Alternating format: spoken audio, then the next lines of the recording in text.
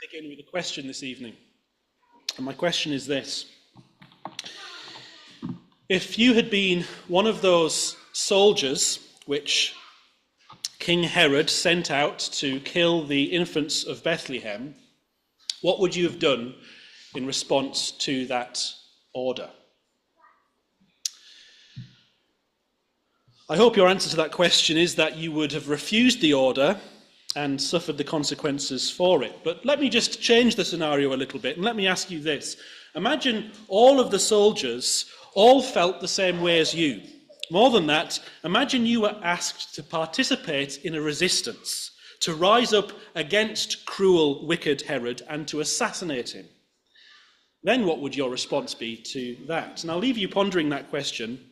My own conclusion is that there is enough material in the Bible to say that under extreme circumstances, political revolutions can be performed and perhaps even should be performed.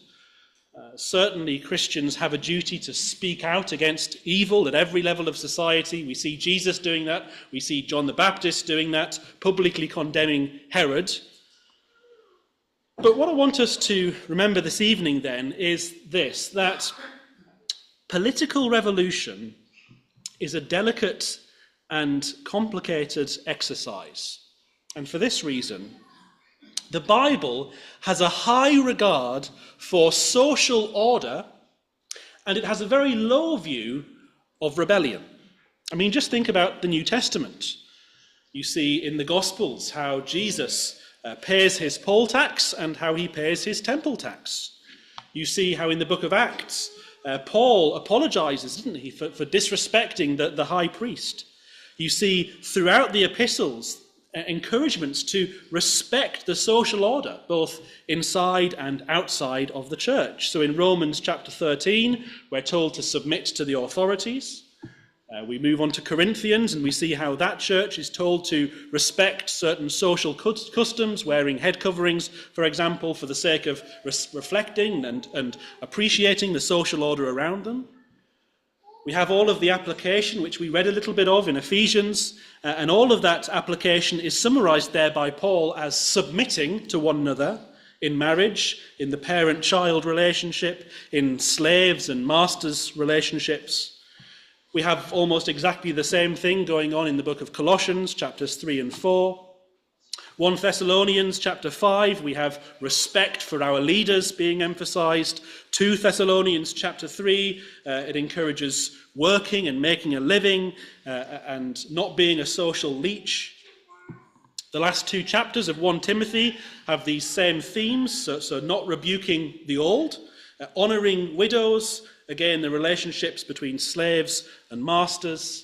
Titus chapter 3 talks about our submission to the rulers and authorities. Paul also prays that elders should have obedient children. The book of Philemon is all about the relationship of a slave and his master. Hebrews tells us to obey our leaders, those in the church, for they are keeping watch over your souls. The book of James talks loads about the relationships between rich and poor. 1 Peter stresses our submission to political authority once again. 2 Peter and the book of Jude warn against false teachers who despise authority. So that was a little bit of a whistle-stop tour through the New Testament, but whatever we think about toppling tyrants, the Bible does have a high regard for social order, and it has a low view of rebellion. And I'm bringing this up because here in Proverbs chapter 30, we find Agur making exactly the same point. Look at how our passage begins in verse 10 with that simple warning. Do not slander a servant, or possibly the servant here is an official, because that would be a way of referring to officials, a servant. Do not slander a servant to his master. So in other words, whether this is punching down to a lower servant below you, or whether it's punching up to an official, Agur is saying, look, be careful not to upset the social order. This is a serious matter. And that little proverb then in verse 10, it really sets the theme for the rest of this passage. Social rebellion. Whatever romantic ideas might have grown up in our minds about the social rebel, No, in verses 10 to 17, Aga is going to show us why that social rebel is a troublesome character. So what exactly are Aga's reservations? Why isn't Aga anti-authoritarian? Well, in this passage, I want to suggest that Aga makes two main complaints against the social rebel. And it's these complaints then that I want us to consider this evening. And the first complaint concerns the consequences of the social rebel, what social rebellion leads to. And the second concerns the character of the social rebel, what he is like and the problems he has in his character. So we'll start with that first point then. Let us look at the consequences of the social rebel. We mentioned verse 10 briefly. I'll come back to verse 10 in a bit, but for now I just want us to begin with verses 11 to 14. Now look at these verses, because you'll notice that each one of them begins with that phrase, "There are those who." And actually in the Hebrew it's a little bit different. It's, "There is a generation who," or "there are children who." And I think that probably is significant, because what I think we have here outlined for us is a picture of the generation that spurns authority and what the consequences of that are. So yes, telling tales against servants or officials might seem harmless enough, but this attitude of social disrespect has serious consequences on that generational level. And there is a generation, Aga tells us, whose social rebellion will lead to social chaos. Let's notice where Aga begins then. So, verse 11, he begins with a total rejection of the fifth commandment. The fifth commandment, honour your father and your mother.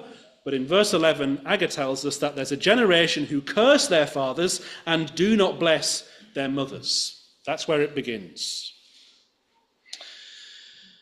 You know, in the Old Testament, cursing parents resulted in the death penalty. Whoever curses his father or his mother shall be put to death. Exodus 21, verse 17. Now that might surprise us. And probably that's because we don't understand just how serious cursing was back then. To curse your parents was to call down doom upon your parents. It was to call down doom upon the very people who'd raised you and loved you, hoping then that the heavens themselves would would comply with your pronouncement and snuff your parents out. That's the kind of idea which lies behind a curse. It's to totally disown your parents, to disown any responsibility to them, and to wish death upon them even. But probably it also surprises us, verse 11, because we don't have a high enough view of parental authority in our culture. And ancient culture was very, very different.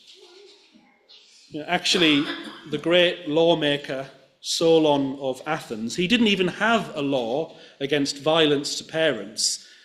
And that's not because he was fine with it, that's because he just assumed that nobody in Athens would do such a thing. It just wasn't necessary to have that kind of law, he said. But our culture is different, isn't it? We celebrate rebellion. We don't think of parents really having honour or authority. In fact, for us, hating a father is no worse than hating anyone else. At times, it seems almost expected that we would hate our parents more than other people. But you see, we modern people then, we fail to see just how dangerous a force we unleash upon the world when we do start rejecting our parents and throwing off their shackles and scorning their authority. But Aga does see the problem, and that's why he now warns us of the consequences. See, it's interesting, isn't it? Verse 11, it begins with cursing parents, but where does this little section end? Well, we'll come back to verses 12 and 13 in a moment, but now look down to verse 14. Verse 14, here are the consequences of this generation of social rebels. It says, "There is a generation whose teeth are swords, whose fangs are knives, to devour the poor from off the earth, the needy from among mankind." So one child cursing one father might seem harmless enough, but when that spirit of rebellion spreads throughout the whole generation, when we have a generation of social rebels, verse 14 tells us we have a real problem with potentially catastrophic consequences. I said earlier that political revolution, while sometimes necessary, is a delicate exercise. Here's why. The French Revolution begins with a growing hostility towards the nobility, with an anti-establishment culture developing in the coffee shops and in the journals. The Russian Revolution begins again with people growing more and more disillusioned by economic inequality and the corrupt government. In the Cultural Revolution in China, we have Chairman Mao calling on the young people to seize power and purge China from what he describes as the four olds: old ideas, old culture, old customs, and old habits. He says to rebel is justified. Now, in many of these cases, we might sympathise with the rebels. Many of their concerns might be valid. They might have been living under appalling conditions. But here's the important thing. All of those revolutions had horrifying consequences. In France, the revolution gave way to the reign of terror. We have tens of thousands of executions and the invention of the guillotine and the tyranny of Napoleon. In Russia, it would be Stalin and the gulags and literally millions of deaths. In China, again, it would be millions dead under Mao. We would have massacres. We would even have reports of cannibalism. So things just spiral out of control and become absolutely horrific. And my intention this evening, then, is not to tell you how we ought to resist oppression. It can be done.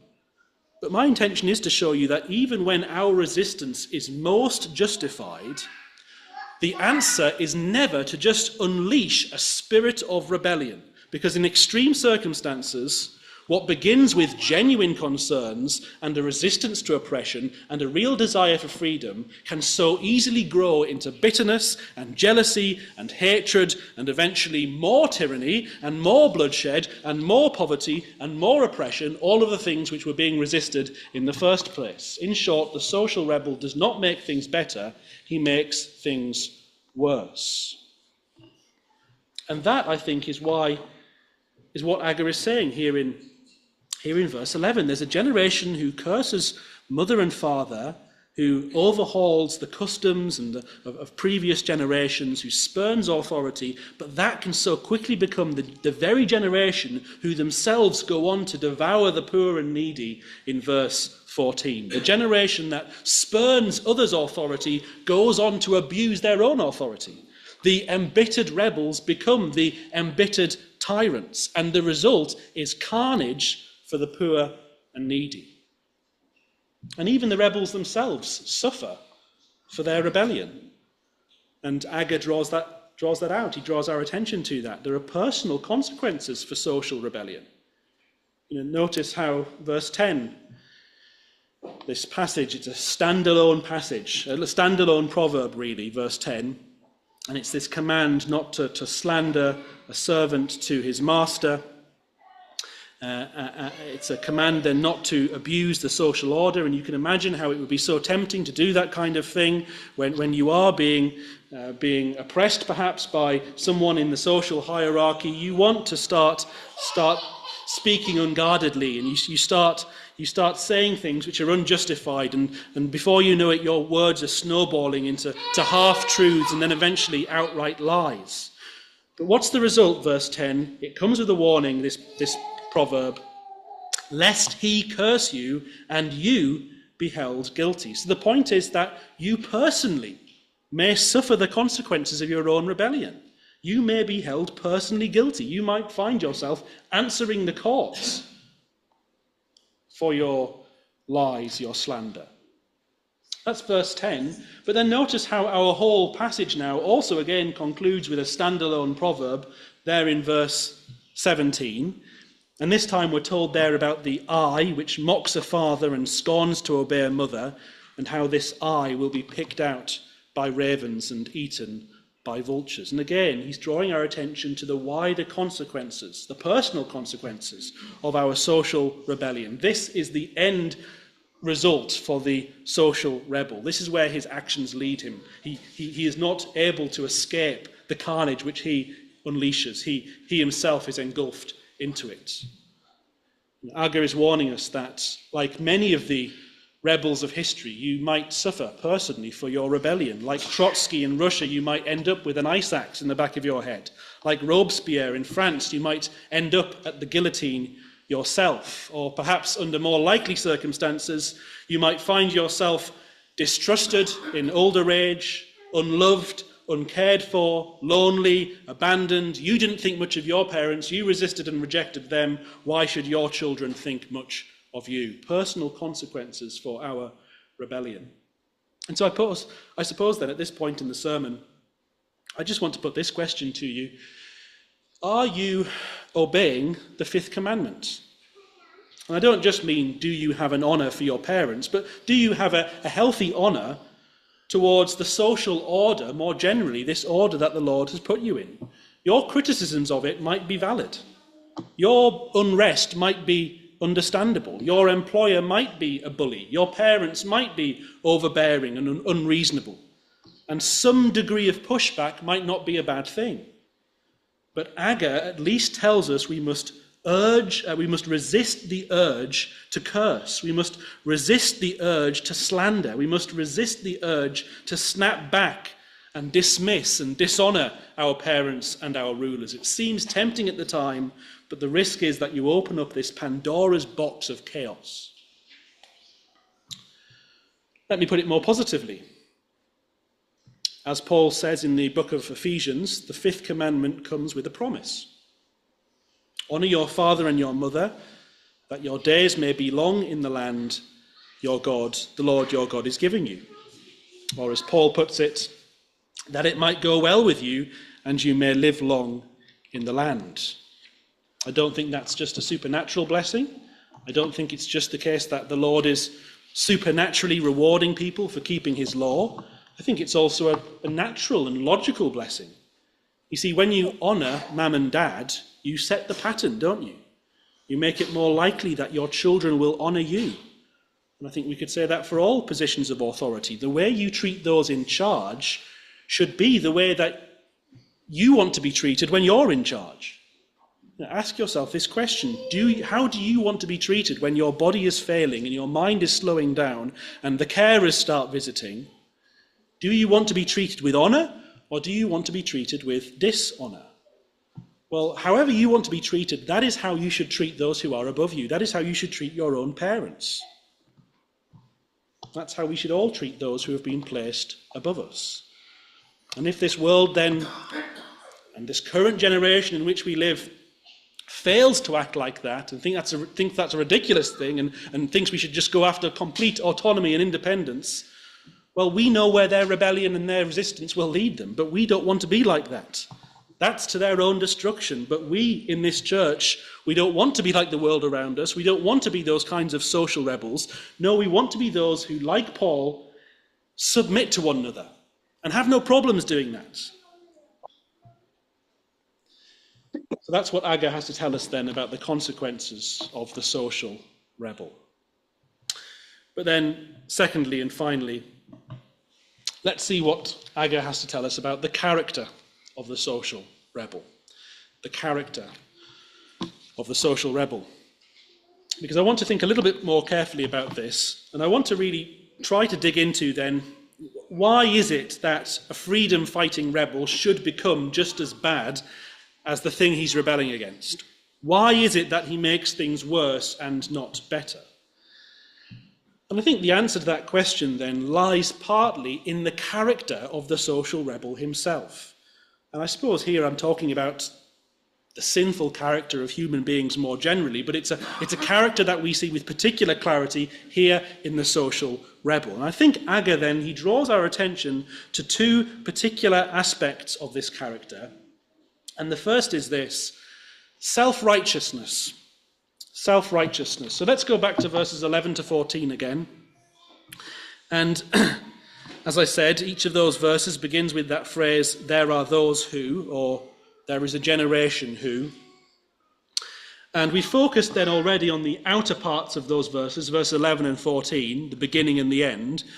But I want us now to look at the little bit in the middle, verses 12 and 13, because it's here then that I think Agger draws our attention to the inner character of the social rebel. Verse 12, he says, there are those who are clean in their own eyes, but are not washed of their filth. There are those, how lofty are their eyes, how high their eyelids lift.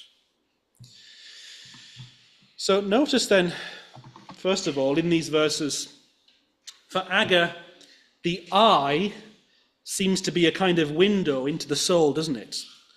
And what do these eyes convey? Well, these men have proud eyes, they have lofty eyes, they have uplifted eyes, they have eyes which are blind to their own filth. And as we see at the end of our passage, you go to verse 17 then, those eyes return there, don't they, briefly? We have that eye which mocks the father and scorns to obey the mother, and that's the eye then which ends up being picked out by the ravens and the vultures. But the point is then that you can see in those proud, mocking eyes a spirit of self-certainty in these rebels, a spirit of self-satisfaction, a spirit of self-righteousness, a Pharisee spirit, we could describe it. These rebels who claim to hate authority and hate corruption and hate tyranny and probably hate those proud religious leaders who are above them, they have the same spirit, the same character, a self-righteous character. This rebel is convinced that he fights nobly, that his cause is just, that he really is a freedom fighter, but so long as he does that without humility, so long as he's blind to his own sin, he's likely to become the very thing that he hates. And if he succeeds in his rebellion, if he receives power and glory for it, and he remains unable to see his own flaws and continues to tell himself that his cause is just and everything he does is for the greater good, and that he is the true hero, well then society is in very dangerous hands indeed. So this is Agger's point then. Human beings have this uncanny ability to justify themselves. They have this permanent self-righteous character. There are LGBT activists out there who sincerely believe that by putting drag queens into nurseries and by encouraging children to castrate themselves and change sex, they are fighting a good fight. They believe that they are the ones bringing liberation. They have that self-righteous spirit. They can't see their own flaws. Human beings have this ridiculous capability of really believing that they are clean, totally clean in their own lofty eyes, and yet, as Agger says, they're not washed of their filth, or their excrement is really the word he's using there. There are people out there who believe that by burning down hotels and by looting bakeries, they are somehow solving an immigration problem. And again, we need to sit up and listen at this point, because I think, actually, let it put it to you, whether we're social rebels or not, every human heart is born with this desire to justify itself, isn't it? To excuse ourselves, to believe that we really are righteous. And we need to remind ourselves then that part of what it means for us to be Christians is to recognize that deep down we are not righteous, to give up on this constant self-justification, to confront our own filth, to admit to it, and then to go to the only one who can cleanse us of it, to turn to the only one who really can make us righteous. This is the character of the social rebel, self-righteousness, but it should not be the character of the Christian. We should be those who are humble in spirit, who recognize our sin, and go to the Lord for cleansing. So, self-righteousness, that's the first character trait. And then secondly and finally this evening, dissatisfaction. Dissatisfaction. So we're finally ready to approach these strange verses, verse 15 and 16. And these verses probably are the most difficult to understand and to fit together, but I think we can probably have a good stab at it this evening. So, verse 15, the leech has two daughters, Give and give, they cry. I think this is a picture of the endless dissatisfaction of the social rebel. This leech, Agur has probably seen it before on the mouth of a donkey going down to drink, and it comes up from the waterhole, and that leech is on its face. And probably those two daughters that it talks about there refer to the leech having two mouths, so to speak, one on either side of its body, not really literally both mouths. One end it uses to grapple with, to sort of fix itself onto the animal's mouth. The other end it uses to suck blood.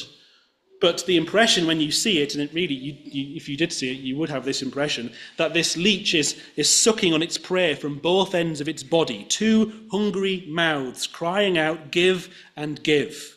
Endless consumption is the picture. But also constant dissatisfaction. Because now Agur goes on to use other metaphors. He talks about these things which are never satisfied, never say enough. Verse 16, he begins with Sheol, that's the grave. The grave, it never stops taking more lives. It never seems to get full. Endless consumption, constant dissatisfaction. He talks about the barren womb, which is ever taking in the male seed, I think, ever being inseminated but never gets full. Endless consumption, constant dissatisfaction. We have the land he talks about, which never stops absorbing water. It can rain year after year, century after century, but somehow to the ancient mind it doesn't make much sense, but the land remains dry. Endless consumption, constant dissatisfaction. We have the fire, which again you can keep on fueling with more and more wood and coal forever, but never does it say enough. It can always have more, it can always keep on burning. Endless consumption, constant dissatisfaction. That's the basic idea here. And so you see then, here's the thing, that this is why self-righteous rebellion, which is always groping for utopia, as it so often does, this is why it doesn't guarantee happiness for anyone. Because it will never be enough to satisfy the human heart. There's a kind of person out there who sucks everything out of life, sucks everything out of their parents. Give, he says to them, but he's still not satisfied, and so he curses his parents, and he takes their inheritance. Perhaps he sucks everything out of his employer. Give, he says to him, but still he's not satisfied, so he curses his employer. He squanders his wages. Perhaps good fortune means he climbs the ranks and he becomes rich, but he never stops sucking, even in that position. He sucks everything out of his employees, his own slaves, his own children. Give, give, give. And you know, were that man to take charge of the whole land, Agur has already told us in verse 14 that he would still keep on sucking. Indeed, if he gets the opportunity, Agur tells us he would devour the poor from off the earth. So perhaps then this man really did begin with genuine grievances, but as he progresses, he finds he always wants more. He's never satisfied. He never gets that utopia he dreams of. And the reason's simple, because at the root of his character we have this universal human trait, dissatisfaction. Agur's point is simply that human beings are never full, and until we appreciate that, we are at risk of being leeches. And for any discontents in this room who think that rebelling against your parents or against your employers or venting your frustrations against the state and the government in a way which is just buying into that rebellious spirit, if any of you think that that will deliver the goods and will ever satisfy you, let me tell you, it won't. You will never be satisfied in that way. And so I suppose then we can only really finish now by reminding ourselves of what we should do with this dissatisfaction, what we should do with this deep human longing. It's true, it's unavoidable. All of us have it. There'll be nights where you come home from work and you sit on your sofa, or you come to the end of a long day and you lie on your bed and you will just sigh. The world is so frustrating, you'll think. It's so draining, it's so tiring a place to be. You can forever dream about how it could possibly be better, and yet it isn't better. And you're dissatisfied. You're dissatisfied with the world of politics, perhaps, and the world of popular culture. Dissatisfied with the bureaucracy around you. You're dissatisfied with the people in the workplace. You're dissatisfied with squabbles in the church. You're dissatisfied with yourself and your own problems. And that makes you sigh. That makes you groan. That makes you long for more. What do you do with that sighing? What do you do with that sense of dissatisfaction? You're always going to feel it. Don't think that the richest and most famous people on the planet have scratched their itch. They haven't. They tell us that they feel probably more itchy, more empty, more lonely than the rest of us feel.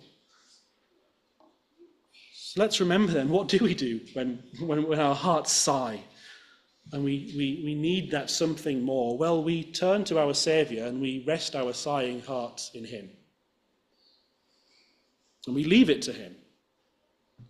And yes, we work towards a better life and a better church and a better society and a better country. We love our neighbours. We're salt and light in the world, but we don't allow this world to be our be-all and end-all. You leave the rest to Christ. And I'm telling you then, for all of us who trust in that man, there is a day coming when that longing will be fulfilled, when he will deliver the satisfaction which is always elusive and unobtainable here. He will give it to us. We will one day be full. And the food will actually hit the spot. And we will actually have not just the desire for joy, but the obtaining, the possession of joy itself. And I'm saying then, place your hopes and expectations there. Yes, you can be frustrated with this world around you. And yes, you can work towards good changes in your life and in this world. But don't buy into this rebellious spirit that Agur warns us against. No, when you're dissatisfied, place your sighing heart in the Lord Jesus Christ and allow him to be enough where this world is not enough. Amen.